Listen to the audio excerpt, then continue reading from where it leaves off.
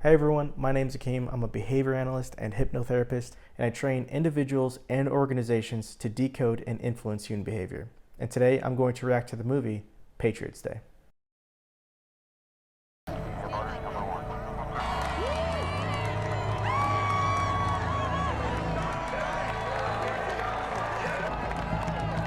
Wheelchair competition, Derek Vet over there with very fast runners here out on this storied course. So much history today. To all the runners, our team behind the scenes, thank you for bringing this race.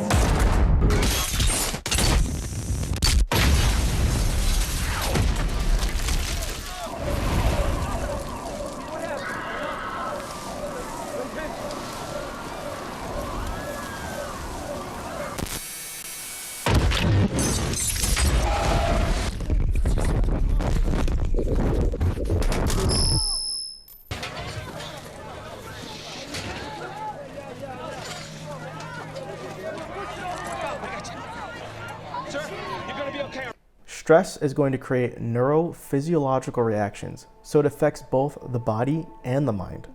As not just a behavior analyst, but also a hypnotherapist, I look at crisis a little differently. In a heightened state of arousal or stress, the mind goes into a natural state of hypnosis, where our attention narrows on the threat, physical pain, or fear, while at the same time, the brain is blocking out non-essential information, making us more suggestible. And this just means that we're more likely to accept and act on clear instructions without over-analyzing them. So you're providing a scattered brain with direction. You could say, as I apply this tourniquet, you'll focus on the pressure and keep your breathing steady with mine. The most fundamental thing that you can do is state your name, say that you're there to help, and then orient their mind towards safety with a phrase such as, "The worst is over and I'm not going anywhere." Psychological first aid is a training that I will be providing here in the near future, and its purpose is to provide first responders and everyday people with psychological tools that you can use in the field in situations just like this. Are you okay? Huh? Let me see. All right, you're okay.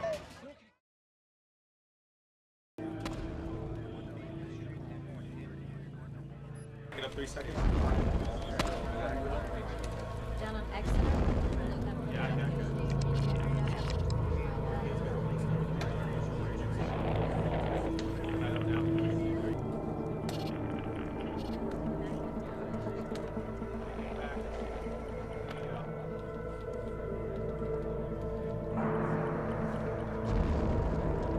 Boss! So this scene shows the importance of establishing behavioral and environmental baselines. If you don't know what normal looks like, well, it's hard to tell the difference when something changes. Another concept is called atmospherics. It's essentially the vibe of the environment.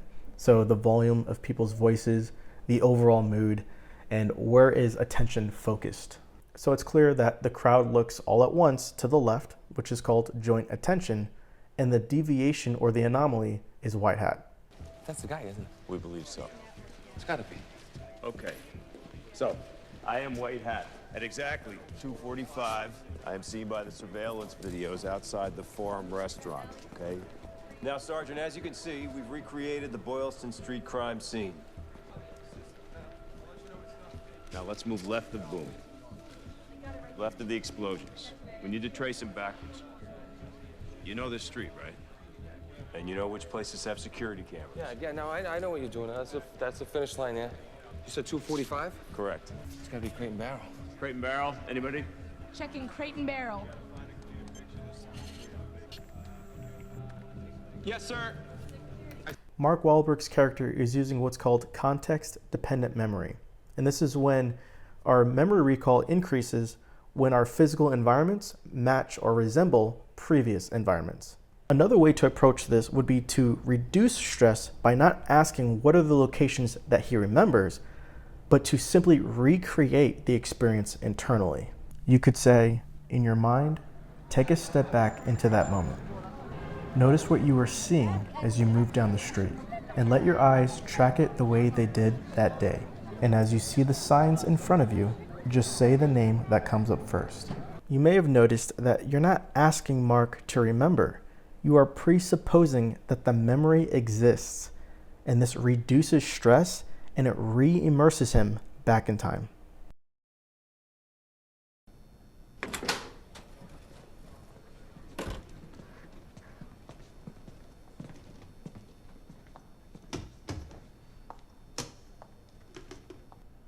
Assalamu alaikum.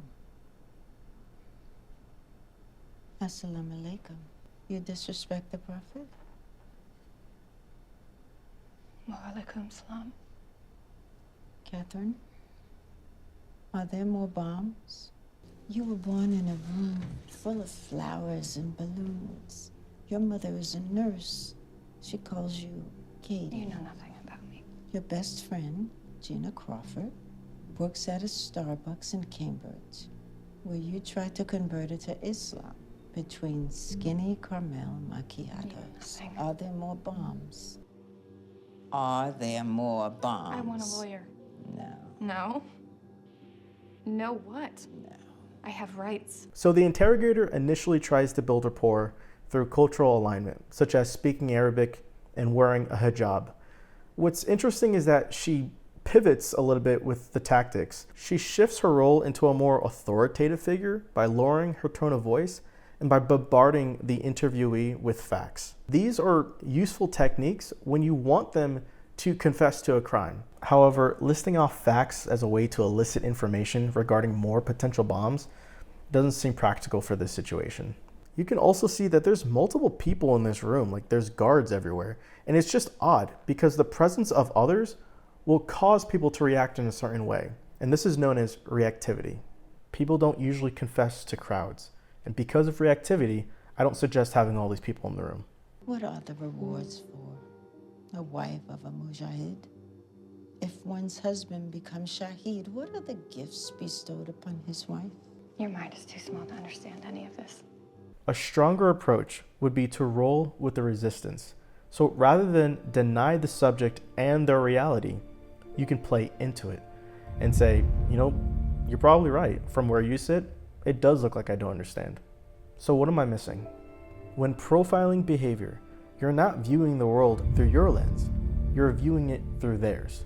In that moment, it's not about whether the subject is good, evil, or even moral.